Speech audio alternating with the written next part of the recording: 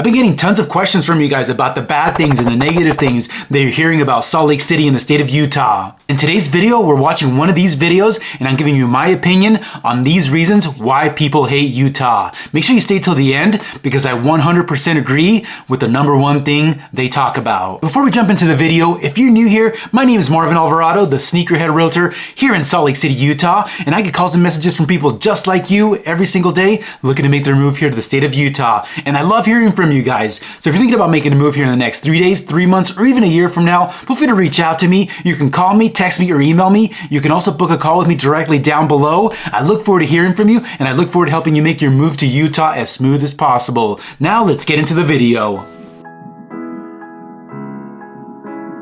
What is going on, everyone? It is time to take a look at the state of Utah. This is the headquarters that dispatches all those young men in white shirts riding bicycles that try and engage you with unwanted conversation. I see those dudes everywhere. I don't know what their deal is. Now, what he's talking about here is the missionaries from the Mormon Church. So you'll see those around the neighborhoods. They'll be riding their bikes. They'll be wearing their white shirts with a tie. They'll come knock on your doors, talk to you about the church. They're very friendly.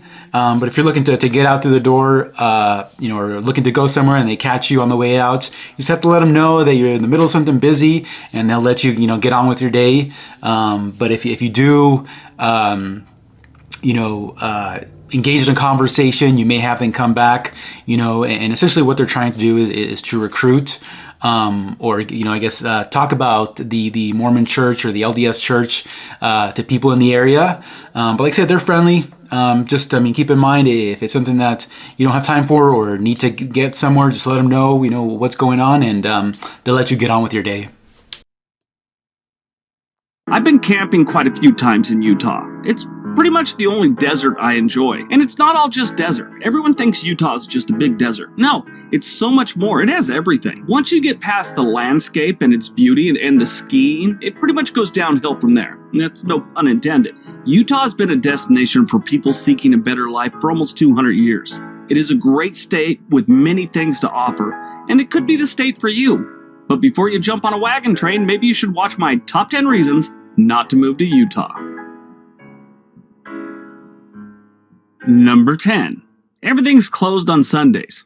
It is. Everything is closed on Sundays, it seems like. There's some places open, but for the most part, everything shuts down on Sundays. So based off this, I think in the recent years, there's been a lot of changes. So there's a lot of things that are still open on Sundays. I guess it just depends on what you're looking for, right? There's still restaurants, grocery stores. A lot of things are going to close a little bit earlier on Sundays. Obviously, we have like the Chick-fil-A that's closed on Sundays. Dealerships are closed on Sundays as well. But for the most part, if you need something important like groceries or need to pick up a t-shirt or whatever the case may be, you're going to be able to find those type of things. Obviously, if you're looking for something more specific, you may need to wait till Monday. But for the most part, you're going to be able to find a lot of things that are going to be open on Sundays. But they just may be closing a little bit earlier in the day, like 6 p.m. Sundays.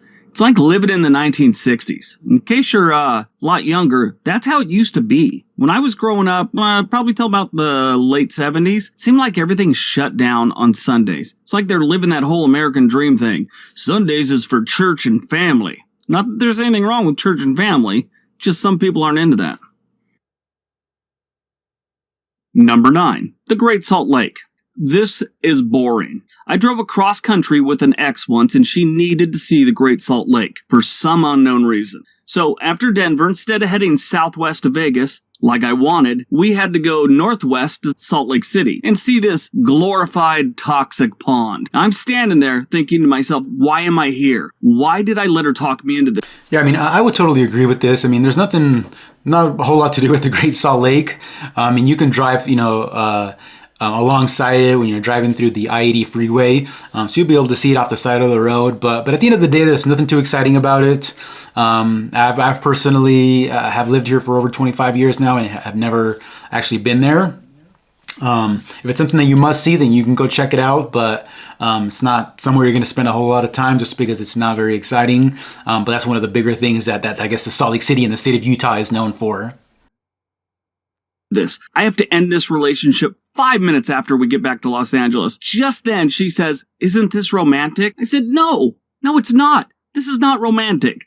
She said, "You don't think this is fun?" I told her I would rather get back in the car so you could tell me the story about your college roommate getting the same haircut as you did so she could pretend she was you for the 10th time. And I kid you not, this girl looked at me and said, "Isn't that a great story?" Like, she didn't get the sarcasm. I cried a little that day at Salt Lake.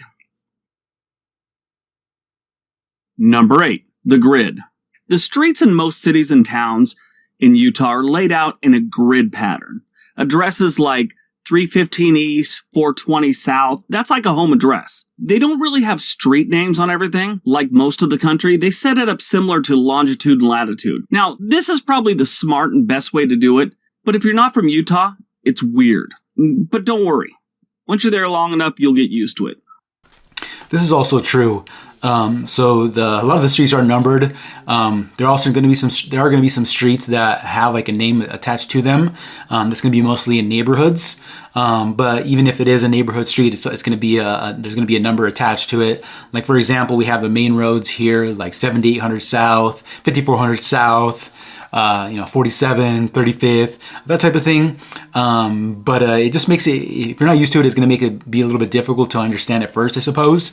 But once you're here, it just makes it a lot easier to be able to find things, kind of like coordinates, right? If you say it's off 7800 South and 4000 West, then you know exactly where that's going to be, and it's just easier to find versus if you were to say like 7800 South and Wood Green Road. It's going to be a lot harder to find. If you're not familiar with the area. But the way it's set up, it makes it a lot easier to get around. And once you get used to it, and if you're new here, you're going to be able to adapt very easily. Number 7. That ain't fog. From December to February, you might notice a thick smog over the Salt Lake Valley. It's known as inversion. It's a result of warm air above trapping cold air underneath. And it holds all the bad air in there. Check the air quality every day. Sometimes it gets really bad, like LA bad. This is also 100% accurate. During the winter, you're going to see that inversion build up. Days that you have like blue skies and the sun's out, you can see the mountains. But if you have inversion, you're basically not going to be able to see the mountains at all, either side of the valley. It's just, it's inversion, it's smog that's kind of been caught up in the valley. And it can be, harder for you to breathe if you have like lung problems. Or if you're older, it can, cause issues. But just something to be aware about. It's not something that other places really, see it. So a lot of people don't know what inversion is. But essentially it's just like the bad air quality being trapped in the valley. But if we get a snowstorm or some rain comes in, that'll easily get flushed out. But it's very common to see that during the winter where you're aren't able to see the mountains. And it's hard to just kind of be able to breathe when you're outside. Number 6, bad drivers. Utah drivers are consistently ranked among the worst in the nation. Some Utah drivers see speed limits and red lights as more like suggestions than laws. Be careful. You don't want someone to rear end you and you in turn run over a couple dudes and... Yep, I can totally agree with this. So the drivers here in the state of Utah are interesting, right?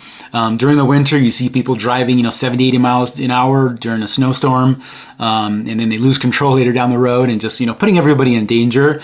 During rush hour, not that this is specific to the state of Utah because we see that all over the country, but people are just terrible at using their signals. They don't want to let you in. So there's definitely for sure some bad drivers out there that you have to be careful for, especially during the winter time, which can put you in a very dangerous situation. White shirts, ties on bikes. Those dudes are always in pairs. What is up with them?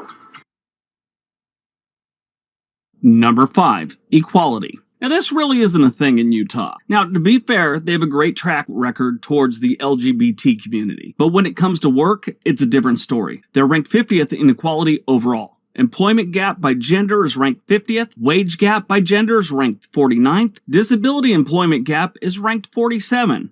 It's not really good. Number 4, food. Now, Utah has the same food that every other state has, so nothing strange there. What is strange is their obsession with fry sauce and green jello. The state of Utah consumes more than twice the amount of this green substance than anywhere else in the world. It's like a local delicacy, and is often served with shredded carrots mixed in. Now, the fry sauce, that stuff is great. I enjoy it. But the weird thing is, the people in Utah don't realize that the rest of the world uses ketchup. It's weird. I mean, I will say this, the green jello thing is interesting. I personally have never had it. So I can't say if it's good or not. But fry sauce for sure is huge here, right? If you go out to the state of Utah, most people are not going to know what fry sauce is, but essentially it's just like mayo and ketchup mixed together to make a sauce. And a lot of the places here, restaurants, serve it. And if you haven't tried it, I would recommend that you give it a shot. Definitely, makes your fries taste better. But I'm also a ketchup guy, so some days I prefer fry sauce and some days I prefer ketchup. But overall, it's something that if you haven't tried out, I would at least recommend that you try it out once. But it's a big deal here in the state of Utah. Weird. Number 3, use sunblock. The residents of Utah are diagnosed with melanoma at a rate of 31.9 per 100,000 residents. 31 people get skin cancer for every 100,000 people in the state. Now that's according to the Utah Department of Health. That's 61% higher than the national average. Now that's a scary stat that nobody wants to hear. Well, unless you're a doctor that treats various forms of skin cancer, then yeah, that's a great stat to hear. Yeah, I mean, you're up at a higher elevation, so you're gonna, if you're exposed to the sun, you want to put sunblock on. You could get burnt a lot easier, which I mean, like you should be using, or you should be encouraged to use sunblock or some sort of protection when you're out in the sun, regardless of where you're at. Just you don't want to get sunburned, right? Those are painful, but pretty straightforward. Something that I would recommend, regardless of where you're at, is to make sure you're protected with some sunblock. Number 2, they're nuts. Utah ranks very high in the nation for the number of residents with mental health issues and on medication for mental health issues. I'm thinking it's all that green jello.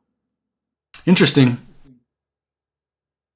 And number 1, the last holdouts for Martin Luther King Jr. Day. Is it so bad to take a day off from work to show a little respect for someone who fought and died for the true freedom of his race? Utah was one of the last 2 states to recognize the Martin Luther King Jr. holiday. In 2000, the law that had been accepted by all the other states was passed by a vote of 4-6 in the state Senate. Now, there's a whole backstory to how this vote came to be and how it was actually failed in 2000, but then they did some little wrangling and got it passed. It wasn't an easy vote.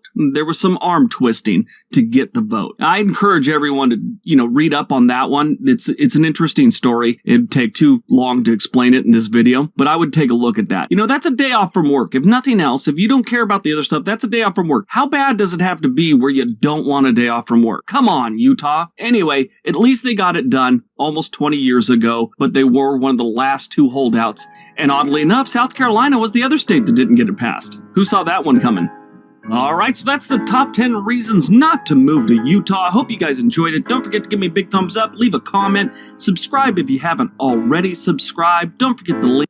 So there you have it. There are some of the reasons, why, people say that the state of Utah or Salt Lake City sucks. One of the things to keep in mind with the holidays, right, is that, depending on where you're working for, if you're working for like a company that is, their headquarters is here in Salt Lake City in the sort of state of Utah, then you also have some holidays here like the July 24th Pioneer Day, which you could potentially get off depending on the company that you work for. It is a state holiday. It's not a national holiday. So if you have a company, you're working for a company that is outside of the state of Utah, you're not going to get that off. But keep that in mind that here in the state of Utah, July 24th is a holiday.